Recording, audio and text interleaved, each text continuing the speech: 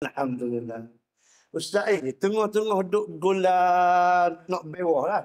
Tiba-tiba karung Ustaz, awak nak kar dia.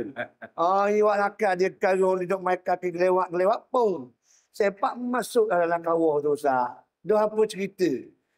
Daging tu. Karung masuk dalam gula kawah. Ya. Dengar baik-baik orang lakak deh.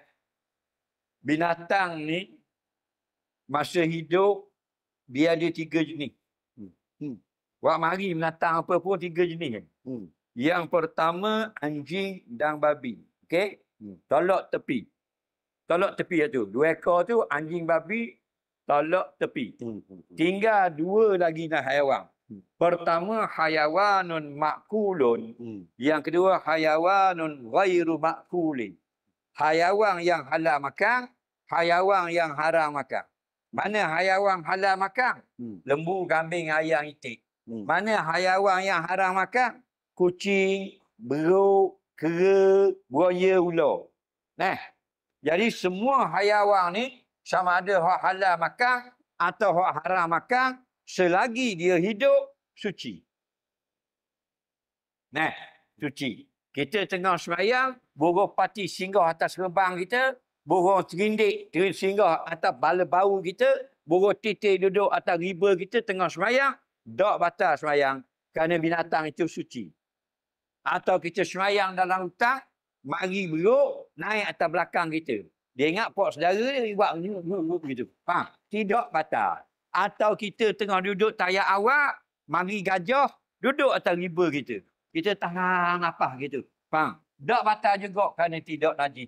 Atau kita tayak akhir, mari rimah, dia pun gesek-gesek punggung buat tayak akhir. Faham? Kerana gatal belakang dia. Tak batal semayang kita, tak payah mufarakah. Faham lagi? Kerana apa? Binatang lain pada anjing dan babi, kalau hidup, suci berlaku. Bila suci berlaku, naik binatang haram makan atau orang semayang, tak batal semayang. Faham lagi? Orang yang tengah tawaf keliling Kaabah, ada pula maknanya ular sawa lilit tekak, tak batal juga. Kerana dia tidak najis, maka begitulah juga kalau dia masuk dalam air. Contoh, air wuduk. Satu hari, Nabi dengan sahabat nak ambil wuduk. Dalam bekas tu, mari anjing. Faham lagi? Anjing mari, anjing pun minum air. Kelek, minum air dalam beledi. Lepas tu anjing pun lari. Nabi kata, Iza walaghal qalbu fi ina'i ahadikum fafsiduhu sab'a ulahu nabi turab. Kalau mari anjing, mari minum air dalam beledimu, hendaklah air dalam beledi itu mucuah, dan beledi itu wajib basuh 7 kali. Satunya air tanah. Okey? Kemudian bila jelas dah anjing ni najis, sahabat tanya pula, dah kucing? Air tanya pula. Kalau kucing dah lari. Anjing je ceritanya. Sahabat pergi tambah tanya. Dah ada kucing? Nabi kata kucing itu tidak najis. Faham? Jadi kiaslah dengan kucing. Segala binatang lain pada anjing dan babi. Jadi kalau mari kera, minum air dalam beledi, kera tu lari, kita boleh ambil wuduk.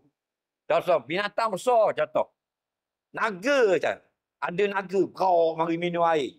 Tak ada dah naga, tinggal cerita je. Kalau ada sungguh, dinosaur ke, minum air dalam kolah wuduk kita, dia pun lari, boleh ambil wuduk. Bukan kata air wuduk. Air minuman kita pun tidak najis.